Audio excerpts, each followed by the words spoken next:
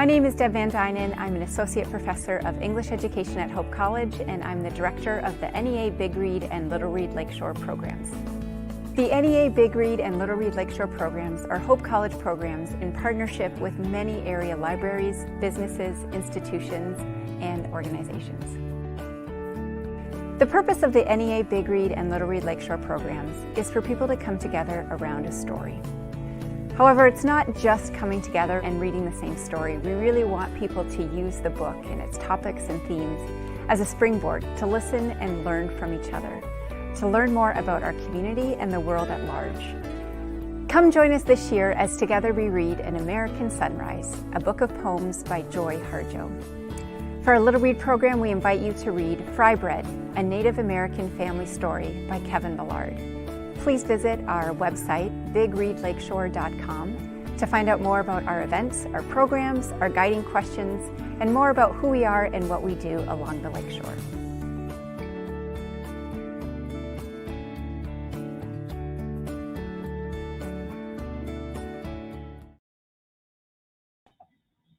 Hello, everyone, and thank you for joining us tonight. My name is Brooke Carbaugh, and I'm a junior English education major here at Hope College. And I have the pleasure of introducing our speaker tonight, the author Kent Nerburn, who I personally was first introduced to last semester when my education class read his book, Neither Wolf Nor Dog. And I absolutely love the book and learned so much. And my class was fortunate enough to have Kent join our class as well to answer some of our questions and talk about his book and learn more about his life. So I am happy to introduce Kent. He grew up near Minneapolis, Minnesota, and he has a PhD in religious studies and art from the Graduate Theological Union in Berkeley. He then worked later on the Red Lake Ojibwe Reservation for several years, and he helped students compile memories there from the tribal elders. And then this experience helped him to decide to move from sculpture to writing, and he proceeded to author some of his best-selling books like Neither Wolf Nor Dog that I mentioned, some Hope students tend to read, or The Girl Who Sang to the Buffalo, Letters to My Son, and so many more. And so thank you so much for joining us, Kent, and I'll turn it over to you. All right, thank you. And hello, everybody. And though I'm no longer living in the Midwest, as a good Midwesterner, I have to start everything with an apology. And so here are some of the apologies. I'll get them out of the way quickly. First of all, I have, for some reason, a frog in my throat. So you may see me drinking water along the way.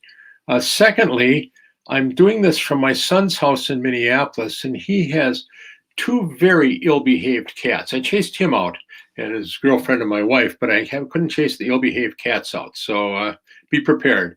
If you hear screeching or them walking across the keyboard, we've all been there, we all know that, but that could be the case. The third apology is, and it's not really an apology, it's that I saw in some places that I was going to talk about Neither Wolf Nor Dog, and I'm not going to talk about Neither Wolf Nor Dog. The reason I'm not going to talk about it is the book does speak for itself, and I hope you will also look at the two follow-ups, The Wolf at Twilight and The Girl Who Sang to the Buffalo, to carry this story further.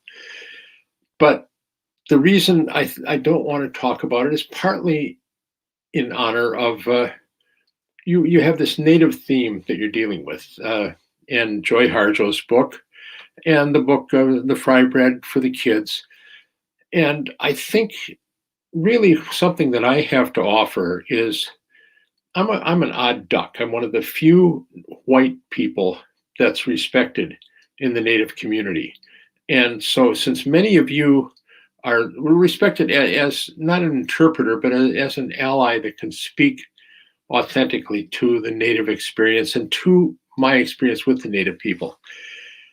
And so what I want to do is talk to you about the lessons that I've learned in working with the Native people, because in many ways I'm you, assuming that most of you are Midwesterners living in, white Midwesterners who don't have a lot of dealings with Native people. That's very much the way that I grew up.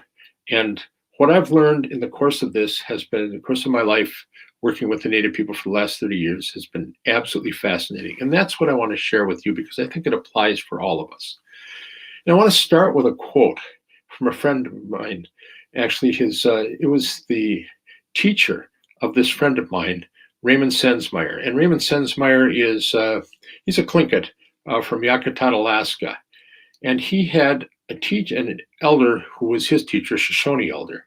And that Shoshone elder said at one point, "Do not begrudge the white man his presence on this land. Though he doesn't know it yet, he came here to learn from us." Well, I recently spent 4 days with Ray in Juneau, Alaska, and I was reminded once again of the truth of what the Shoshone elder had told him. We were standing at the base of the Mendenhall Glacier outside of Juneau. It was about a mile further back from where it had been when he was a child in the area. And he was musing about that childhood and the wolves and the moose that had inhabited the country when he was growing up. Our people called the wolf the protector of the moose, he told me. It seemed a strange thing to say. "Why would you call him that?" I asked him. And he said, "It's because the wolf keeps the moose strong. He kills only the weak and the old and the sick. So the best of the herd breeds and becomes stronger." The sporties, as he called the sports hunters who have become the lifeblood of Alaska and the Alaskan tourist industry, he said they seek out the biggest and the strongest. They kill the best for trophies and leave the rest. They're harming the moose and making things out of balance. Well, I was left to ponder this. It was something that seemed so obvious, but something I had never really thought about. But it was just a typical off-the-cuff comment of the sort that has become so frequent in my 3 decades of working in and with Native America and in and with the Native American people. Like I said, I didn't grow up with an interest in the Native people. I grew up as a typical suburban rugrat in a tiny post-war bungalow in a lower middle-class suburban neighborhood. And the Native people were the furthest thing from my mind.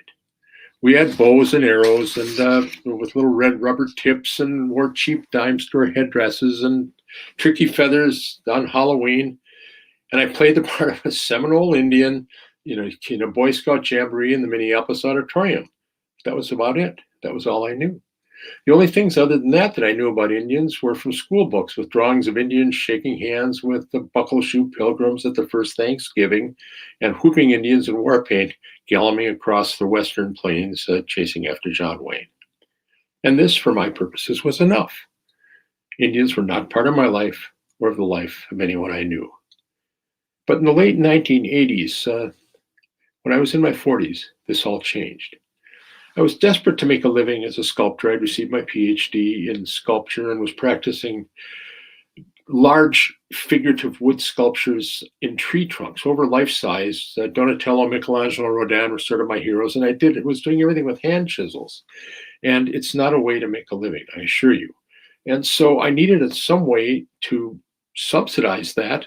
And I also was fascinated by the aesthetic of the Native people who talked about the power of trees. And because I'd been working in trees and I knew that they had a power, I thought maybe these people could teach me something.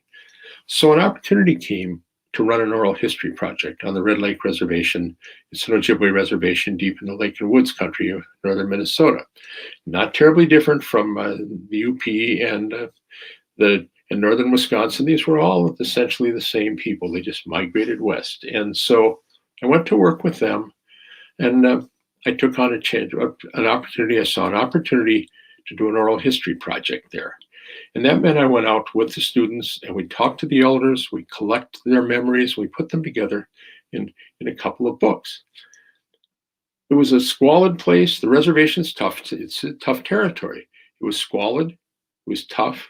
It was off the beaten track. And I loved every single minute of it. The Indian people who had never really been part of my life up to that time and never been on my intellectual or emotional radar became the center of my life. They were the most grounded, hospitable, most unassuming people I'd ever known. And in the 3 years of working there were 2 lessons that I learned, 2 great lessons. The first was that the true experience of the Native people in this country has been effectively expunged from our historical narrative. And second, there's a truth in the Native way of living and understanding that is something fundamental to teach us all. Now, I don't want to spend too much time on the first lesson. Let me just give you one example from my own experience. I was in Colorado at one point, and I knew something of the Sand Creek Massacre. I'd known the name. That was really, to be fair, that's all I knew. There was something called the Sand Creek Massacre. Well, here's what it was. This Colonel John Shivington, called the Fighting Parson, wanted to run for office, and his group, called the Fighting Third, had found no Indians. So they were called the Bloody Third, and people were mocking them, calling them the Bloodless Third. This guy wanted to run for office, and his political aspirations were being dashed because of his failure to be the famous Indian fighter that he said he was. So what he did is he sent his troops, his 700 soldiers, to surround the Cheyenne village of Black Kettle and his people. Now, Black Kettle was a friend of the U.S. He was flying both an American flag and a white flag over his encampment. And the only people that were there, it was hunting season. The only people who were in the village were women and children. Women, children, and the old people. There were about 500 of them. So Shivington tells his men to attack, and he says, "Kill everyone you encounter." His quote was, "I wish to be wading in gore." All right, so they attack 6-8 hours without cease. And just so this doesn't sound like it's fabricated from someone else's point of view, here's what one of the soldiers who was with him, this Captain Sully, said. He said, "Hundreds of women and children were coming toward us and getting on their knees for mercy. The massacre lasted 6 to 8 hours. I tell you, it was hard to see little children on their knees, having their brains beat out by men professing to be civilized. Some tried to escape on the prairie, but most of them were run down by horsemen. They were all horribly mutilated. One woman was cut out and the child taken out of her and scalped." And this was just the start.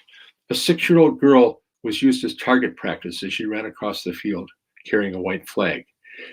Lieutenant James Connor, another person in the battle, said, "In going over the battlefield the next day, I did not see the body of a man, woman, or child, but was scalped.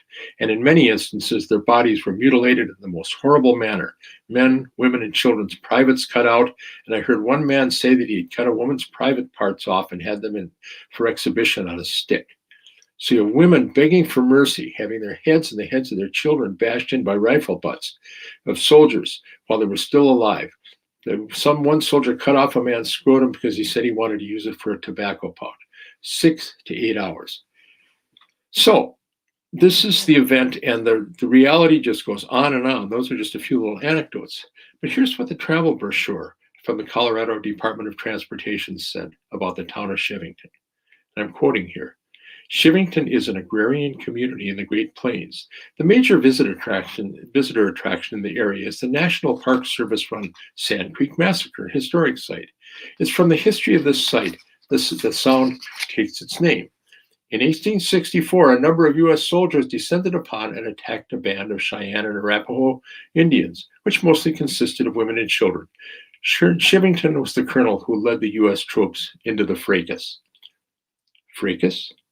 Does that sound like a fracas to you? Is that an adequate explanation of what I just described to you? It's like if we wrote about 9/11 and said, on 9/11 and whatever it was, 2001, whatever the year was, there was an incident involving a plane in New York City, and that's all that's mentioned. There were no details about the attack, nothing about what had happened, simply a fracas. And we could spend a day just talking about events like this. There's the Pickawillany raid, where the chief was boiled and eaten. There's a Gnadenhutten massacre in Ohio, where 96 Moravian Christians, pacifist Indians, were attacked and killed. Hundreds and hundreds of stories like this you never heard of. And the Native people, they live these stories in their personal and cultural DNA. They know these stories. We don't know them. And we don't want to know them because we can't face the reality of the blood on the ground where we've walked in order to set up our civilization. But that's not what I'm here to talk to you about. That's just more of the same of, how terrible things are that have been done to the Indians. And what does that do? It induces guilt in our minds, and it also, what perhaps gives us a little historical correction, but it doesn't get to the heart of what I want to share with you. And that's the second lesson, that the Native way of living and understanding really has something to teach us all, because this is what I've learned in my time of working with them. Now, to be sure, these lessons are buried under the cultural wreckage of a worldview and approach to life that our nation has tried to systematically destroy. But always, if you pay attention, it bleeds, or should I say, maybe it shines through. When you hear a mother talk about her silent and withdrawn son, and she says, I have to look at the landscape all around him to see what's going on, you realize that you are hearing an echo of the native way of learning by constantly observing the natural world around you. When a person talks about someone who has just died as having, quote, walked on rather than having passed away, you realize this is a reflection of the native belief in death as part of a continuous journey, in contrast to the more Christian idea of death as a disjunctive event that removes the dead from our presence. When you're students, and I had this happen over and over, a student would tell me she didn't have her homework with her because she didn't go home last night. Now, if you got a 14-year-old girl who tells you she didn't go home last night, and you're just a typical person from my world, you hear that and you think you got troubles there. And then what she says is, no, I went to my auntie's. And you begin to glimpse, after hearing this for a while, that there's wider understanding of family, where the aunties are the mothers, the uncles are the fathers, and the elders of the community are the grandparents. And the family is a larger event, a larger experience than we're raised to understand. When you stand at the graveside of a boy who has died too soon, and you watch the friends lower the casket into the earth, that they've dug the hole by themselves, they put the casket in the earth, and everyone comes up and takes a shovel full of dirt and puts it in. Even the old grandmas and grandpas are brought up, and their hands are held while they push just a little bit of dirt in. And you see this as a way of loving and caring that extends through the whole community. And then there's words, the words of the native thinkers of the past that I shared with my students on Red Lake, the thinkers whose dignity of expression the sculptor Charles Remington once said reminded him of a gentle stroll through a winter forest. Just consider these two quotes.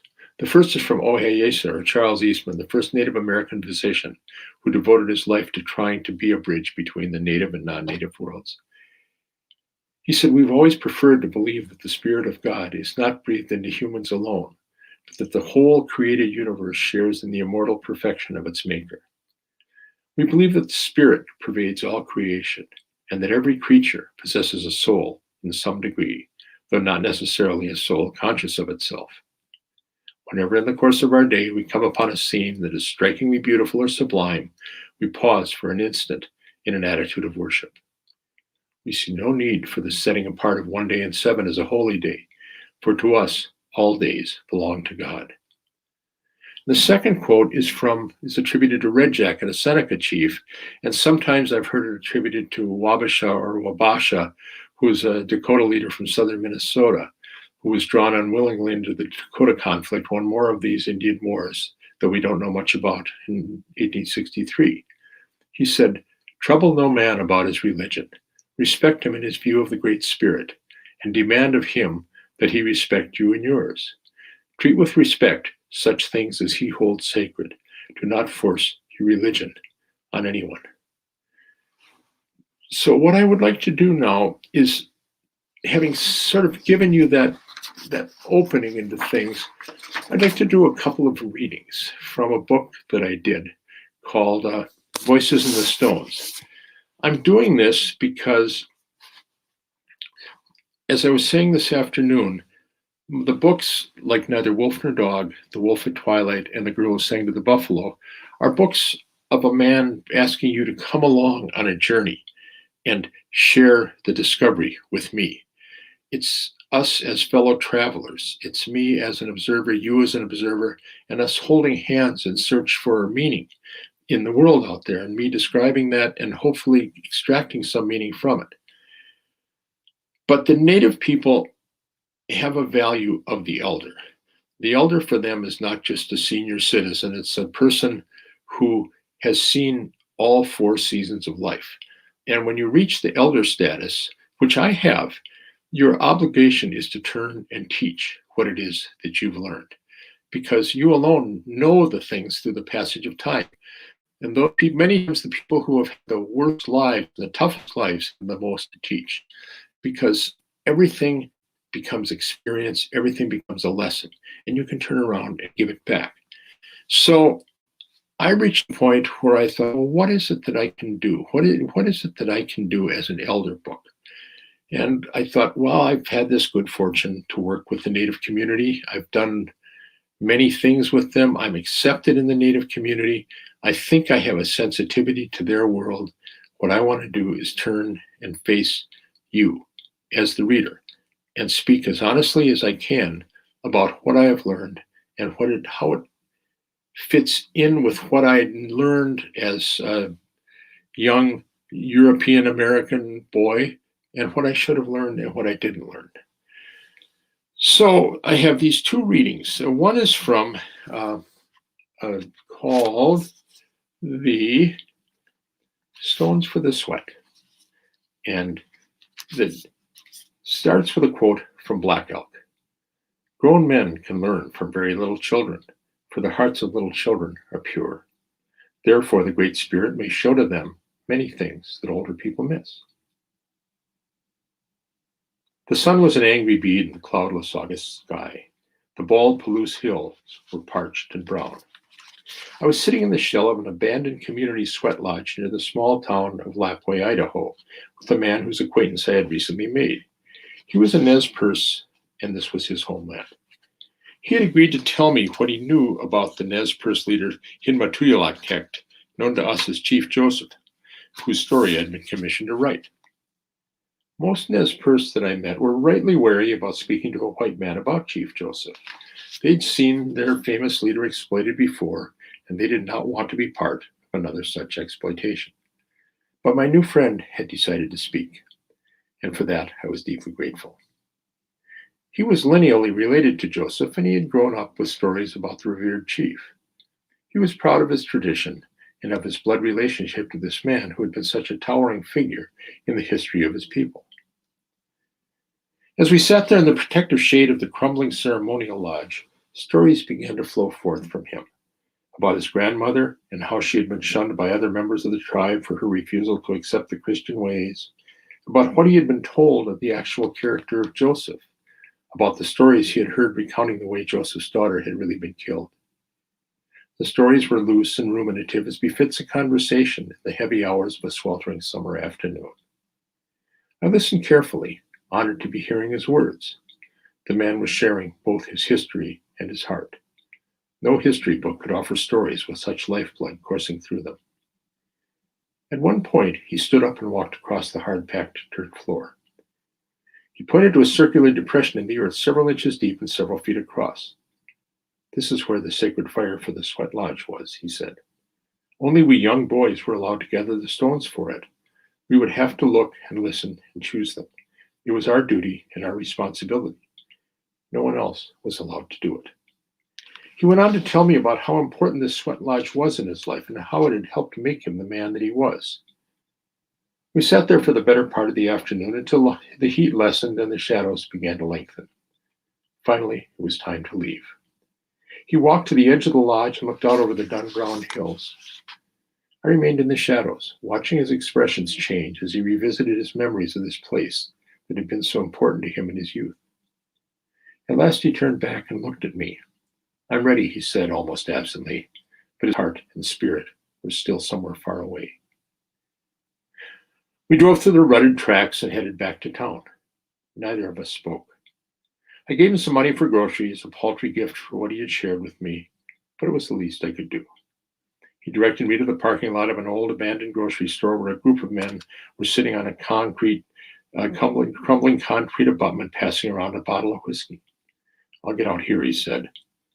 Thanks for sharing your stories with me, I said, and thanks for showing me the old sweat lodge. He looked at me with a wan smile. Those were the best days of my life, he said, and then he was gone. It's easy to look back at our childhood and indulge in the very human nostalgia for the simplicity of those golden days. But for my friend, those days had been something more. They were the days when he had first felt his responsibility as part of the human family. For him, and for those raised in his traditional way, children were not treated as adults in waiting. They were given responsibilities that were theirs, and theirs alone. Perhaps someone older could have done their tasks more quickly and efficiently, but speed and efficiency were not the point. The point was to give everyone a role bound to their particular stage in life that was theirs and theirs alone, and no one else was allowed to fulfill it. Remember us being told a story about how in the past the children had been charged with the task of braiding the bridles for the horses that were the key to the strength and survival of the Nez Perce people. Perhaps they were given this task because their fingers were more agile or their eyesight more acute. But whatever the practical reasons, the essence of this responsibility was that it belonged to the children and the children alone. They were made to feel important because they were useful and essential, and the tasks they were given were valued by the community. And it was not only the children who were raised up this way, the elders too had responsibilities that belonged only to them and their stage of life. They were charged with adjudicating disputes within the tribe and with carrying the history of the people in their hearts and memories, so they could pass it along by telling stories to the young. Again, there was a wisdom and a logic to this responsibility. Because the elders had walked far along the road of life and were no longer contending for power and influence, they were able to see with clear eyes what would benefit the individual and the community as a whole when it came to meting out justice. And because one of the essential concerns of the aged is revisiting the past to create a coherent narrative of what their time on earth has meant, they were able to re-enter the time of memory and pass it on as if it were the present. By raising these personal needs and skills to the status of cultural responsibility, it made the elders of any native tribe, just as it made the children, essential and important. It granted them an unassailable status and responsibility that belonged to them and no one else. I often think of two small events that had a profound significance in my life. The first was a conversation I had with my teenage son and one of his friends when I asked for their advice about what I should say to a gathering of 1,000 fathers and sons at a wealthy boys' school in the South, where I was scheduled to speak. This was a school that had produced scientists and senators. It was where the wealthy and most influential men in the country sent their sons to receive the best education money could buy. I could not imagine what I could say that would be of value to these fathers and sons. So I asked my son and his friend what they would like to tell their fathers if they were given the chance. My son's friend, whose artistic predilections and left-of-center lifestyle had estranged him from his financial planner father, thought for a moment and then spoke with heartfelt conviction. "We just wish we could do something to help you," he said. "You do so much for us, but we can do nothing for you. We just wish we could do something to help you." His father was a good parent, competent and caring. He had held his son to exacting standards of behavior, providing him with all that he needed, and had been present to him all through his childhood and youth. But the best parenting he could provide could not give his son the one thing that he needed to feel worthy and significant: the capacity to be useful. His son had been kept in the liminal status of an adult in waiting. He had not been able to make a claim on any identity that served a larger good and connected him fundamentally to a larger purpose and sense of community. When a week later I passed this along to the fathers and sons at the banquet as they sat together around their linen-covered tables in their blazers and regimental ties, there was an almost audible gasp when I repeated the words of my son's friend. All across the room I could see the sons nodding a quiet assent, while the fathers had a look of stunned recognition. The second event was even more solitary and poignant. My mother, widowed for several years, had finally consented to move into a senior living complex. She was a complicated woman, deeply insightful, deeply aware, and deeply harmed by both her childhood with an alcoholic father and the culturally constricting times in which she'd been born. My sisters and I did what we could to make her happy in her new life, but she saw too clearly what her world had become. Though on the surface she made the best of it, in her deepest heart she was inconsolable. One day I went to see her. I found her sitting alone in the empty corridor outside her apartment, slumped over in her wheelchair, crying. I went up, put my arms around her, and asked what was wrong. "I can't do anything for anybody," she said. "I'm of no use to anybody." I tried to tell her that her life had been a gift to us all and that her presence remained a treasure that we all valued, but I knew the truth of what she was saying.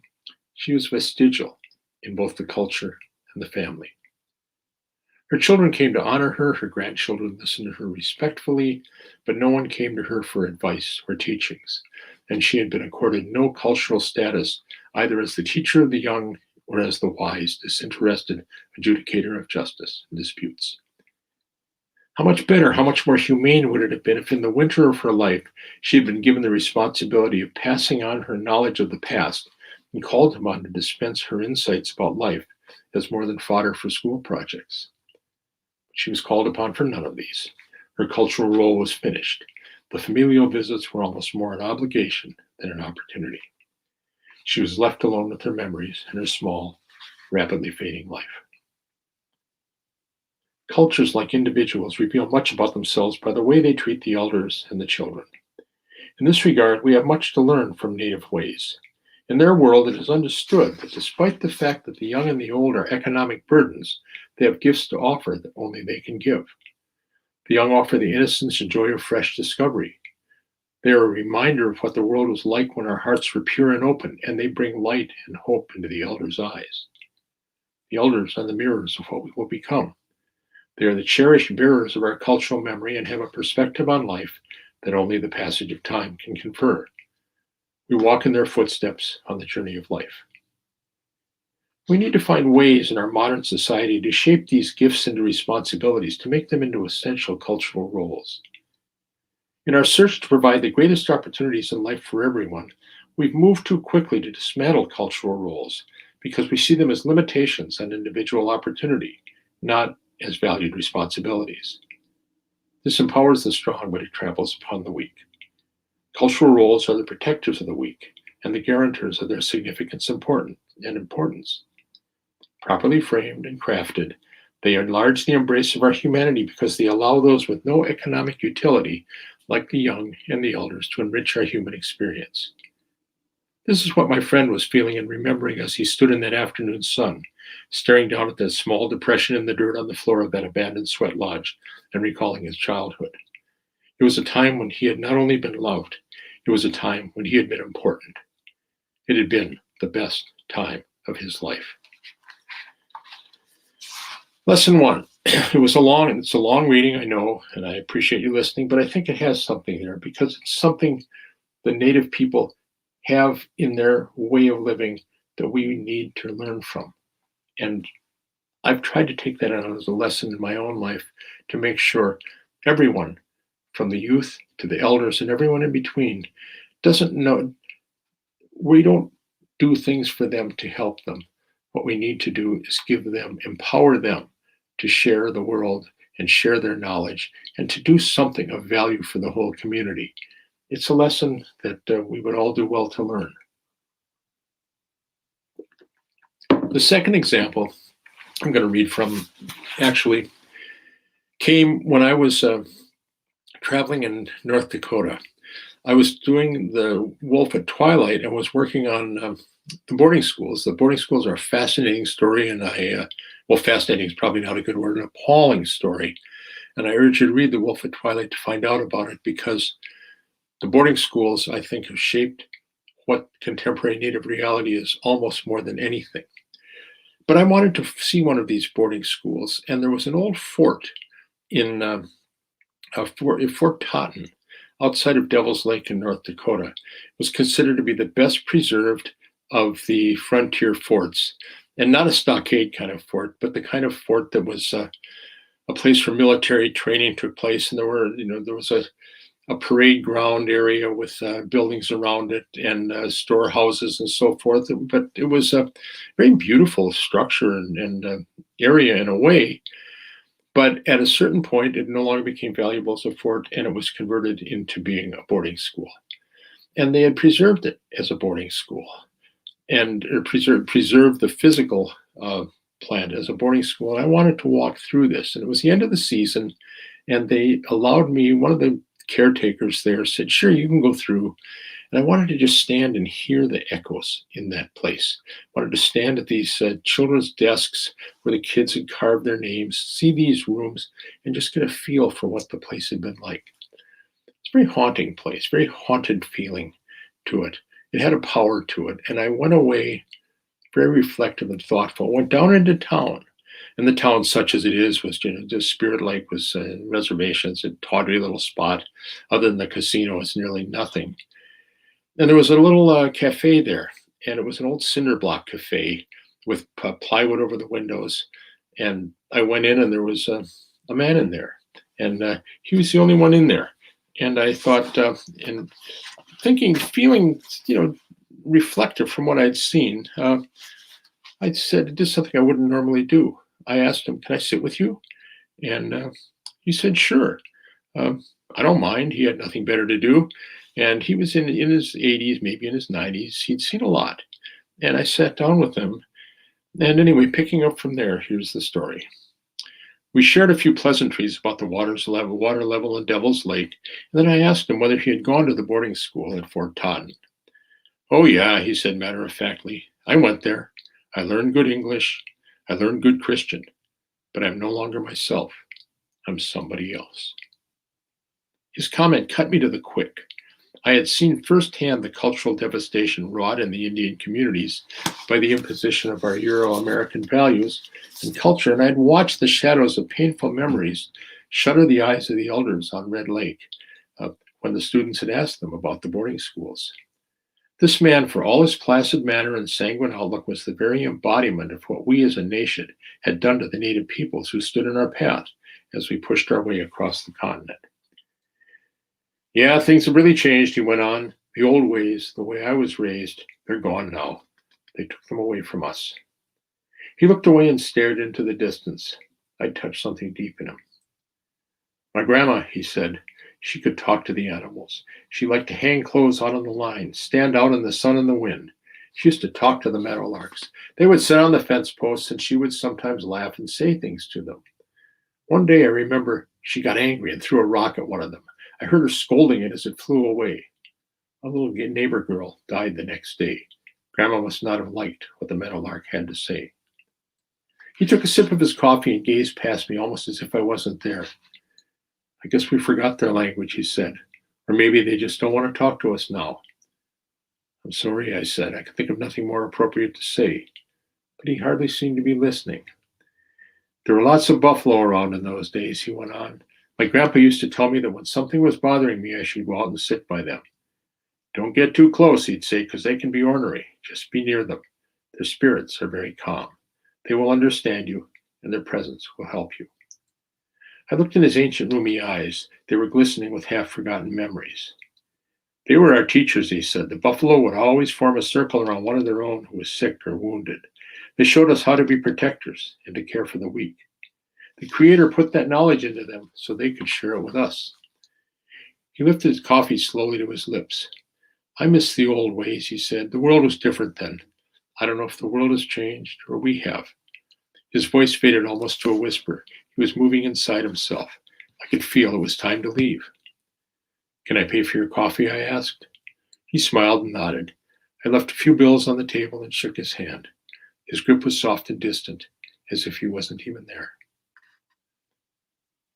When I was a child, my parents gave me a little black puppy. I remember holding her on my lap in the back seat of the family car as we drove home, thinking this was the greatest gift, no, the greatest miracle that any boy could ever receive. I named her Boots because she had white paws. It was a simple name without cleverness or guile, but it was my name, my choice, and Boots was going to be my dog. For the next 14 years, Bootsy, as we came to call her, was my constant companion. She slept with me, walked with me, waited for me when I came home from school.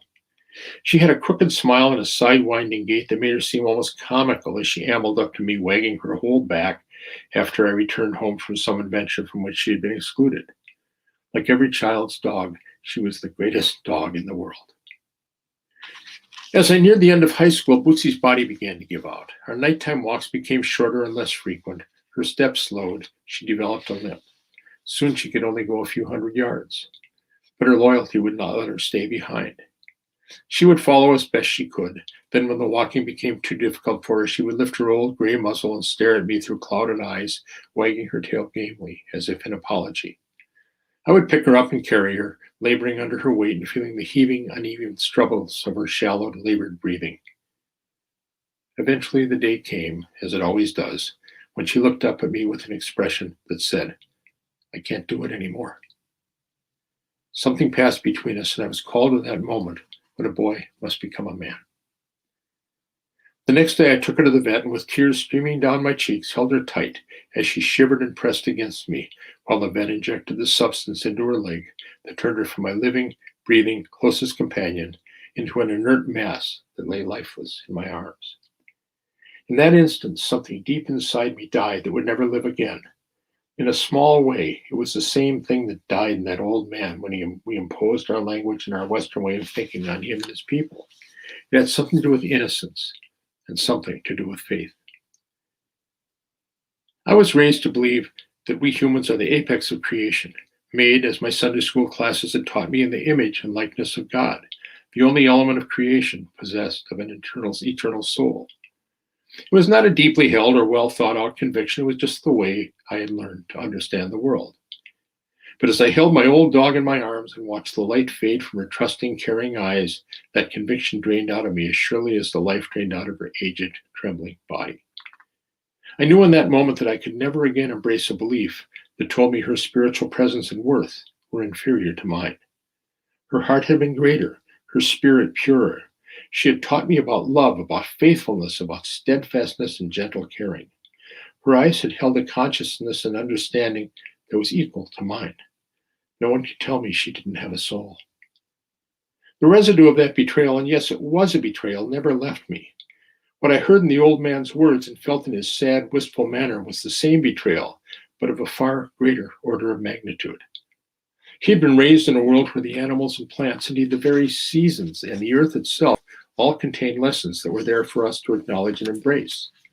In their own way and in their own expression of their own being, they were wiser than we were. They were the teachers we needed to acknowledge. Luther Standing Bear, the great Lakota chief, put it succinctly. Everything was possessed of personality, only differing from us in form. Knowledge was inherent in all things. The world was a library, and its books were the trees, leaves, stones, grass, brooks, and the birds and animals that shared alike with us the storms and blessings of the earth. This was the world my friends saw, the world the old man remembered, the world I wished I had been given when I was growing up. I imagined a childhood alive with this kind of understanding, where the world is a vibrant, living place filled with lessons in the land and its creatures, where buffalo teach us about protection and calm by the way they surround the weak and infirm in times of crisis, where porcupines show us the humble use of strength and personal power, where our dogs teach us about faithfulness by their steadfast and unwavering love. Had I been granted this way of understanding, my old dog's death would not have cast me adrift spiritually, but would have made my faith stronger and filled me with reverence and gratitude for the gift she had given me. She would have lived inside of me as a mentor and a teacher, not as a wound that would never be healed. Our Western way has sent us in a bad direction, where our dominance as a species is presumed without question. Whether we see ourselves as the image and likeness of God or the high point of evolution, we still see ourselves as the apex, the culmination. Everything else is lesser. Soon enough, we lose the heart to be listeners and learners. Without thinking, we reduce the world around us to a series of objects.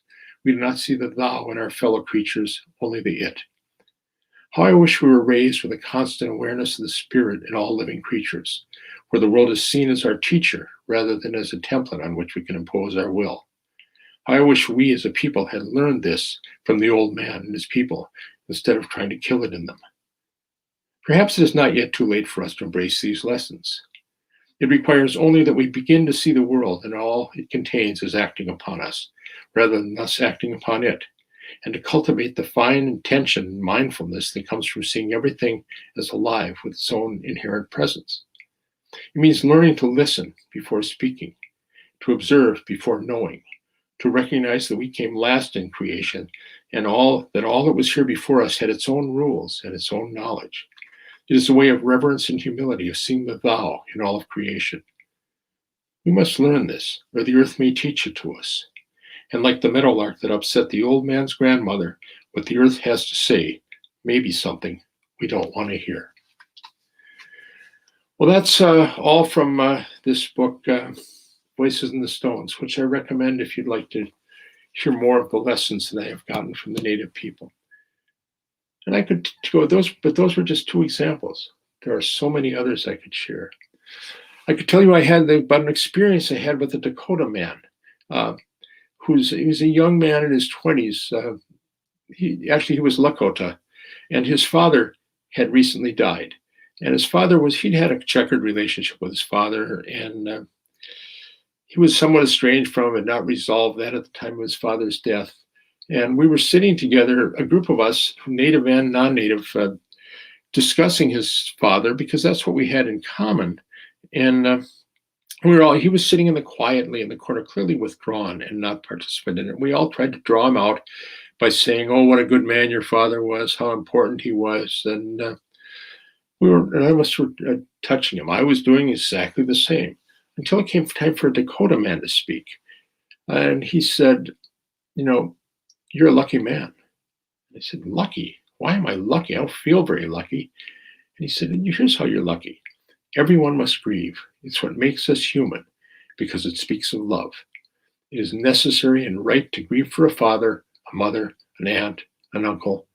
Because we love them differently, we grieve for them differently. I feel sorry for children who have not known their father because they cannot grieve for his death or for the death of their grandparents. They miss part of being human because they have never been able to grieve for a father." I don't know how to think like this. I don't know how to see like this. But this was what was born into this man's heart as a way of understanding the world. I could tell you about the father who taught his young daughter to hold back at what the native people call feasts, where all the food is placed out there. And he said he taught her to serve the elders before eating herself, because they'd lived long and seen much and deserved the acknowledgement and respect that their years had earned them. And he had her bring the food to them, and then she stood back and waited. Whereas in our family gatherings and everything, it's like, "Okay, the kids got to eat. Get the kids up there first." It's not the native way. I could tell you about the elder to whom about my students on Red Lake, who counseled. I had one student who was he thought he was hot stuff, and he was always talking big spiritual kind of talk. And we were going out to visit this elder in the community, and he was going on, and he was embarrassing me, and he was embarrassing himself, I thought. But the elder came up to me and I said, "I'm sorry for Dalton and what he's done, or what he's doing." And the elder said, "No, don't worry about him. That's fine. He's like a child trying on a suit of clothes that are too big for him. Soon enough, he'll grow into his words, because what is on the lips eventually makes its way into the heart." Or I could tell you about my traveling companion, Rose, who on our field trips, when I took the native students out, there had to be a woman involved, and so she came along as the female chaperone, and she and I became very close. And Rose she was about my age, but she seemed like my mother, actually, and we had a lot of fun together. And one day I saw her, she gradually deteriorated. She was in a wheelchair, and I didn't see her much. She lived on the reservation. I lived 30 miles away, and I didn't get to see her very often. But every time I saw her, she was worse and deteriorating. One day I got a call from her daughter, and her daughter said, "Rose died, and we'd like you to come up. We don't want you at the funeral. That's going to be private, but we would like you to come up at the burial." So I went up to the burial, and she was buried in the traditional Ojibwe fashion, like I mentioned earlier, being placed in the ground by everyone, and everyone threw a little dirt in. And her daughter came up and gave me a bag. It was a plastic bag, a Target bag. And I didn't, okay, fine. She said, "It's from Rose." So I took it home, or I actually got out in my car, and I looked inside of it, and there were some gloves, some handkerchiefs, a pillowcase, some combs, some hospital socks, nail clippers. I think that's about it. It made no sense whatsoever. And I thought, is this some sort of symbolism?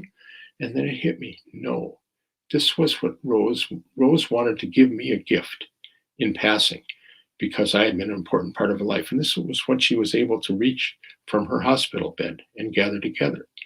And this idea that you always give, is inherent in the native people and is always part of their life. Life is a matter of mutual gift. It's not a matter of gaining advantage. It was always giving, always giving. There's so many of these stories I could tell you, and so much I'm still learning, just like I learned from Ray standing in front of the glacier in Juneau. But instead, what I'd like to do is leave you with a few words from Dan, who you know if you've read Neither Wolf Nor Dog or The Wolf of Twilight or The Girl Who Sang of the Buffalo. And I think he summarizes it well. He says, "We Indian people know many things. We know how to wrap our arms around a larger family. We know how to be poor without thinking that we should be rich. We value our elders because we know they are the keepers of the memories, and we value our children because we know that they carry the hope for the future. We know how to honor the mysteries of life without always thinking that we're supposed to solve them. And we know how to keep the sacred on our lips because we know that what is on the lips eventually makes its way to the heart. These are good things. They are good things for everyone. They are the gifts the Creator gave us, and we want to share them. But your people need to listen. They need to learn how to listen." I'd like to think that we are finally coming to this time of listening, that we're beginning to recognize the need to honor as well as to master, to understand life in terms of limits as well as possibilities, to recognize ourselves as a part of creation rather than as the crown of creation, and that we're finally beginning to hear the voice of nature rather than just trying to bend her to our will. I hope this is the case because I was reminded of the importance of the native way as I stood with Ray in front of that glacier outside of Juneau, now about a mile further back up the valley from where it had been when he was a boy. That glacier was as out of place to one who knew it as it would be for you or me to stand on the shore of Lake Michigan and see only a dry lake bed stretching a mile out from where the shoreline should be. And this brought to mind a haunting comment made by a native teacher I once heard speaking to students, a comment that reflected the native belief that what befalls the earth ultimately befalls all the children of the earth. Here's what he said: "Nature has rules. Nature has laws. You think you can ignore the rules, or if you don't like them, you can change them. But Mother Earth doesn't make deals. She doesn't change the rules. It takes 15 minutes to cut down an oak tree and 100 years to grow another one. Are you going to change that? If you kill all the animals, are you going to go to Mother Earth and say, 'We made a mistake, give us another chance'? You don't get another chance. I'm telling you, when you can count the animals, you're getting near the end of your chances. We can count the eagles. We can count the buffalo. Well, I've heard that in India and Africa, they can count the tigers and the elephants. That's Mother Earth crying out. She's giving us a warning, and she's begging for her life. And here's what you people don't ever seem to learn. There's going to come a day when things can't be fixed. And you know what? It's going to be a day just like today. We don't want that day to come for ourselves or for our children, and we don't want that to be the legacy of our time on Earth. We want to leave this world a better place, a more hopeful place, a more caring and humane place for our children and all the children that follow. And I firmly believe this can happen if we begin to listen to the teachings and wisdom of other cultures, like the Native Americans, who, far from being simply another minority in American society, are our elder cultures on this land. It merely requires what Sitting Bull, one of my heroes, said when confronting the government that had tried to eradicate his people from the face of the earth. "Come," he said, "let us put our minds together to see what kind of life we can create for our children." And there is, my friends, really not much more to life than that. So thank you for listening to me.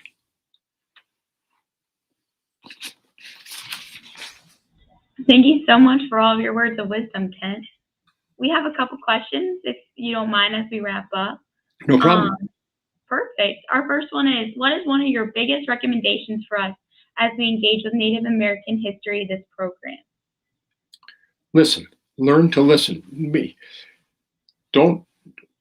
When you hear something, don't measure it against your own understanding. We have a way of trying to frame a response, frame a new question when we're hearing something. The second we start trying to respond, build a response in ourselves, we're not listening. Let it all come into you. When you hear something, if you don't disagree with it, if you don't agree with it, if you don't understand it, just listen. It will take root in a way. What's happening is something is being planted. Do not allow yourself to internally or externally to argue with the things that you're hearing. Merely be open to them and understand that listening is considered to be the first virtue that the Indian children are taught. Learn to listen. Some of them were even in one of the traditions. You see those like those cradle boards. Children are with them, or the little papoose things where they're tied up. That one man told me they do that so they can't move their hands and be looking at things up close to them. They instead have to watch the world around them. And they would hang hang those cradle boards from the trees so they would move in the wind. So the child learns to listen and apprehend. And that's what we don't do well. We are always looking for the first chance to talk. We don't sit back and listen. So I would say the first thing is when you hear someone talk, don't challenge them, don't question them, listen. Secondly, be humble. Accept that you have a knowledge base. You are, don't denigrate who you are and what you understand. We, as the Euro-Americans, if indeed most of you are the Euro-Americans, have a genius in what we learned. We understand about building, about making, about being inquisitive, about asking questions. That's a real genius. We've accomplished a great deal, but that doesn't mean that we are the only way. But neither does it mean you should think poorly of your own cultural reality. Ultimately, it's like a symphony of creation where each of us can play one instrument beautifully or play one tune beautifully, and altogether it sort of forms a symphony of creation. So learn to listen. That's the main thing I would say. And there's a million other things, and I say, truly the reason I bring out this book is because I think if you read this book, like I said, this is my elder book. This is the one that talks about the lessons you need to learn.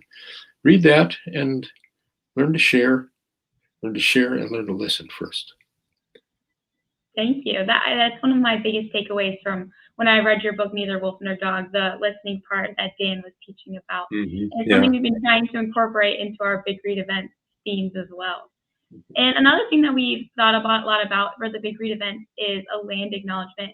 And we were wondering how, someone was wondering how white people might not just say or read them, but try to live them out as well. How to do what? How to live out land acknowledgements rather than just saying or reading them, but also to take the action. Well, you need to empower the Native people around you. One of the things I love about the Native people, because I was very comfortable with it in my own personality, is the best of them will not do anything unless asked. They will not come forward unless asked. You need to find the Native people who can tell you about the history of the land. That there's underneath where you're sitting right now, where I'm sitting right now, where everyone out there is sitting, there were homes and families and children playing with dolls and kids chasing their dogs and family gatherings, buildings, houses. It's gone. It's obliterated. It's in the hearts of the Native people, and you're not going to learn it unless you ask them. Go to them and say, please come and teach us about the land. If you have to talk in your own language to the land, of the land, that's fine. But call them. Let them be your teachers. You can't do it. They have to hallow that land and authorize you to be part of that hallowing. Yeah, thank you so much. And also, what advice might you have for future history educators relating to this subject, since a lot of the Native American history is often left out of our textbook? Well, primary texts are always interesting. They reveal a whole lot more than secondary texts. I mean, the reason I wrote the books I did is because I wanted people to hear these voices. And you've got to find their voices. The history teachers need to, they need to find, there are books out there, like the little fry bread book you're going to be doing with the kids. All of these books bring people into a different world and humanize them.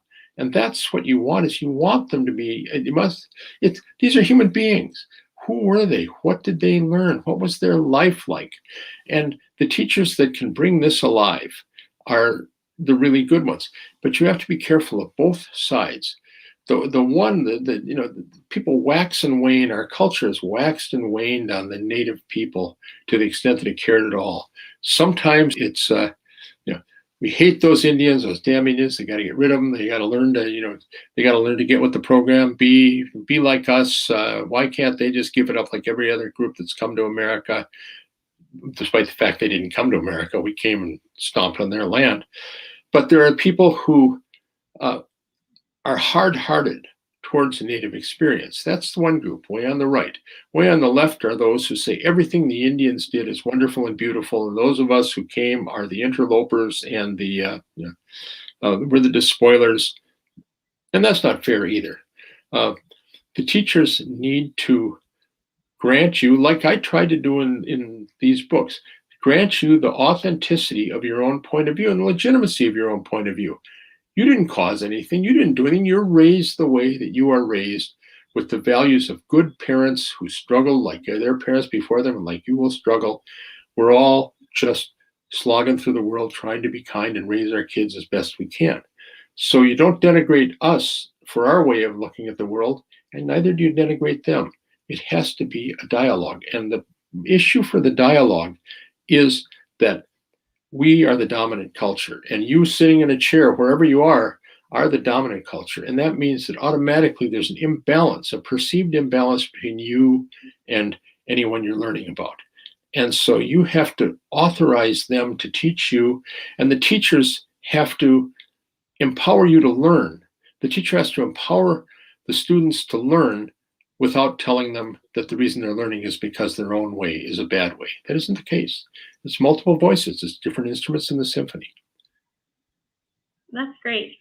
Ken, thank you so much for joining us tonight and sharing your knowledge and experience. And it's been a pleasure learning from you. And we also want to thank our sponsor this evening, which is the West Michigan Community Bank, and everyone who joined us tonight. We hope you can come to more of our events this month. So thank you, Kent, and thank you to everyone watching. And thanks everyone for having me. I love the place. I hope to be there in person soon. And this whole pandemic recedes like a fog into the night, and we're all living our normal lives. I'll love to get over there and see all of you. Well, we would love that as well. All right, thanks. Okay, see you later. Bye-bye. Where's my magic button?